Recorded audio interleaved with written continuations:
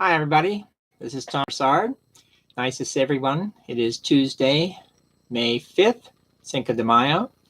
It is Stroke Month, and I figure I should talk about stroke since I've been talking about stroke and aphasia for such a long time. I end up talking about what happened to me and then what happened after that with aphasia. But unless somebody asks me, I don't tell them what happened before. I had the stroke, but why did I have the stroke in the first place? So I'll give you that kind of information today. And on Thursday, I will talk about my TIAs, my transient ischemic attacks, which I had a couple of years after my original stroke. And I'll talk about that on Thursday. But in this particular case, of course, I was walking with my wife. I know you've heard most of the story going forward, but starting with that, being on the street in Waltham, Massachusetts, and the last thing I knew was looking at my shoes. And I do remember looking at my shoes, and that was it. I really, at that point, it is interesting. When you have a stroke, you become unconscious, even if your body can still move if it needs to. But I remember staring at my shoes, and that was it. So it's interesting to be able to tell you that now. But I ended up at a hospital, at a ambulance, went to the hospital. I did get that particular drug that prevented me from getting completely paralyzed on the right side, since my right side was the one that was affected and I couldn't see from the right side, but I did get the drug in time. But really after that, I didn't really worry about what was before until people then began to ask me what really happened before. Well, it turns out that quite a bit of people with strokes, they say about 25 to 30% of people have strokes that are unexplained. They really can't understand why you had your stroke. They call it cryptogenic strokes. I found that out later. But the more I studied what was happening, I probably figured out why I ended up with that particular stroke. I had heart surgery 3 months before my stroke. 3 months. It turns out that when you have major surgery, you can often get a little bit of blood, a clot that spins off and makes its way to the lungs as well as the brain. In my particular case, for whatever reason, I assumed that something spun off and got to my brain. What I didn't realize was that when they were going to give me the drug at MGH that would prevent me from being permanently paralyzed, I was told later that when they looked at my charts, they realized who I was. I was there 3 months before, had open heart surgery. I had a quadruple bypass and an aortic valve replaced 3 months before. When the doctors here with my stroke, they were looking at my chart and realized it's just been 3 months. We don't usually use this particular drug until 6 months later, because this particular drug is very powerful. It goes wherever it is in the body. It'll go after everything. And if you're too fresh with a big surgery, it may very well dissolve the healing component of what it takes. So they had to figure that out and then decide, okay, he's healthy enough. Started walking. They gave me the drug, and I'm still alive. But I didn't realize that that was part of the issue, because when I had my aortic valve replaced, although it was considered organic, that's what I was told, organic, biological, they have other kinds of words, bioprosthetic, basically not mechanical. Mechanical valves, they will give you blood thinner for the rest of your life. Back then, and this is like 8.5 years ago, almost 9 years ago, back then, apparently you don't use blood thinner unless you're using it with mechanical. And with the biological valves, apparently, back then, they didn't do that so much, didn't do blood thinner. And I didn't get it. And again, I assumed that that was okay.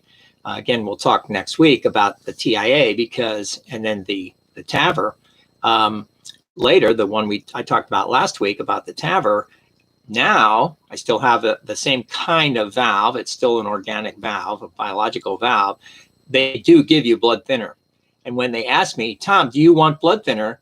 As soon as they said, Tom, do you want blood thinner? I said, yes. And they said, well, you can get 3, 4, 5. I was 6. Give me 6 months. And I had 6 months of blood thinner because I did not want another stroke on top of all of this. But I think in the very beginning, with my first stroke, what probably happened was that the open heart spun off a clot. I did not get blood thinner.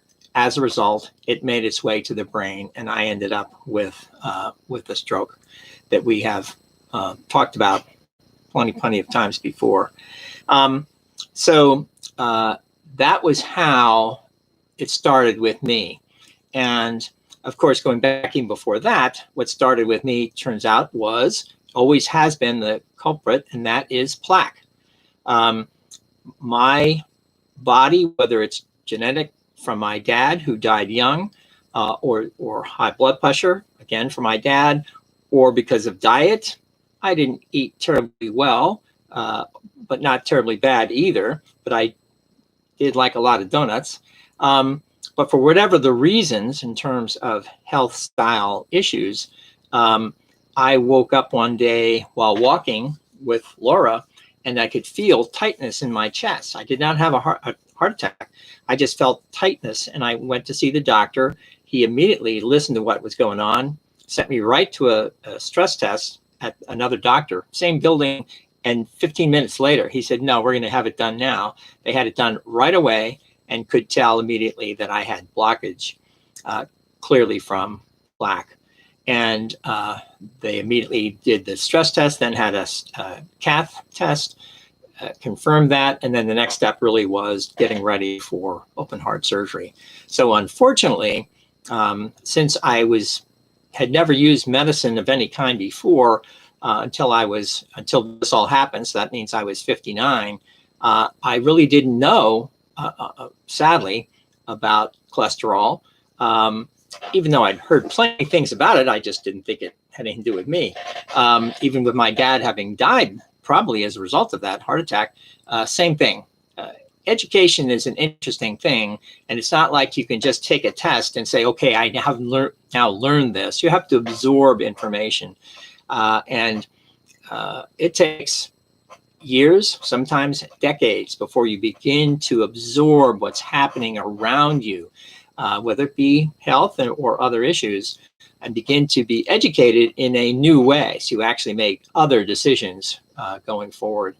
So again, 59 years old, did not know that all those years my cholesterol had always been up, but they said, oh, it's fine. And I said, sounding fine, sounds good to me. And I never really asked or probed or studied more to say, well, my older sister, turns out, has been using the statin with cholesterol for like 30 years. I'm sure she told me, I just didn't understand. Now today, she has no issues.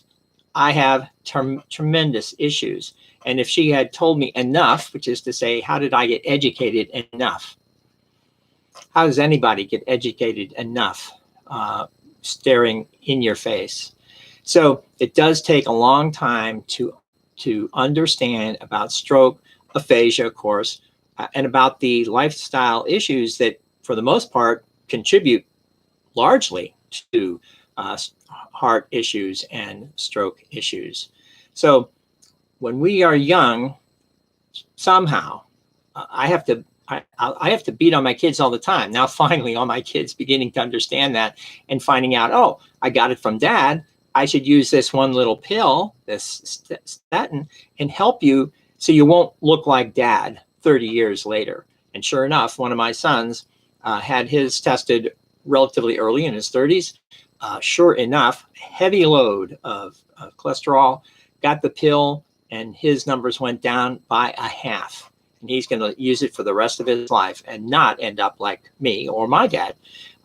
So yes, education is a huge, huge component. You can get a tremendous amount of information from the American Heart Association, the American Stroke Association, but it is more than just a website look. Talking to others helps a lot. Talking with the family a lot. Meeting with friends like me. I don't have lots of friends, but I have some friends. And obviously, I'm trying to tell friends and those who are not yet friends that it takes a lot to be educated enough to decide to make other new habits, other decisions using a pill. I don't like pills. Well, you can die earlier. You have to make decisions based on the evidence. If you have enough evidence, then you can begin to say, oh, I should do these things and I should do them sooner rather than later. So that is it for today. Thank you very much. Talking about, of course, the unexplained stroke. They say 25 to 30% are unexplained that way. In my case, I think it just came because of that major surgery. But there are other ways that you're completely unexplained. You really have no idea. And that's a large amount. So I will talk again on Thursday about TIAs. I'm just this experiment who happens to have pretty much all these kinds of things. And I'll explain to you what happened to me then and be able to better understand how that also helps.